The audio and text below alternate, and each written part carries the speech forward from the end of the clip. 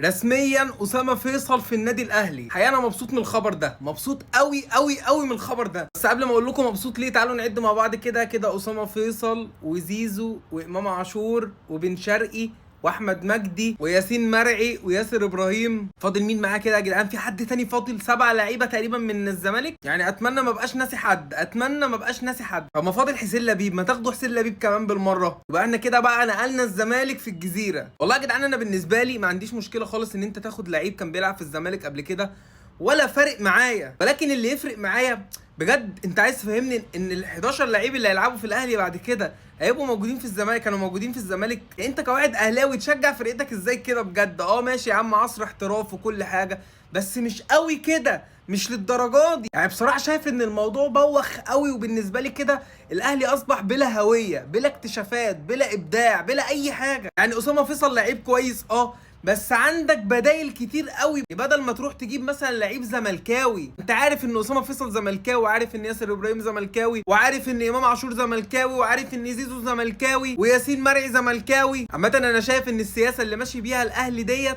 صدقوني مش سياسه صح. وهتقولوا دي ده ألف يوم من الأيام إن اللي الأهلي بيعمله ده هيغرق الأهلي مش هيعليه، لأن الأهلي بقى طموحه دلوقتي بس إن هو ياخد لعيبة لبست تيشيرت الزمالك قبل كده. هل بقى اللعيب دوت مستواه الفني يليق بالأهلي دلوقتي؟ هل اللعيب ده فيه أحسن منه ولا لأ؟ فالأهلي بقى بيبص على الصفقة والشو والتحفيل أكتر من الأداء الفني. وأنا انتوا هتشوفوا إن كل اللعيبة اللي لبست تيشيرت الزمالك دي قبل ما تروح الأهلي مش هتنجح النجاح حتى اللي عمله امام عاشور. لان بالنسبه لي امام عاشور ده هو لاعب استثنائي، يعني هو لعيب استثنائي، لكن الباقيين كلهم شبه بعض وعاديين جدا. واسال كهربا، شوف كهربا عمل ايه مع الزمالك وعمل ايه مع الاهلي.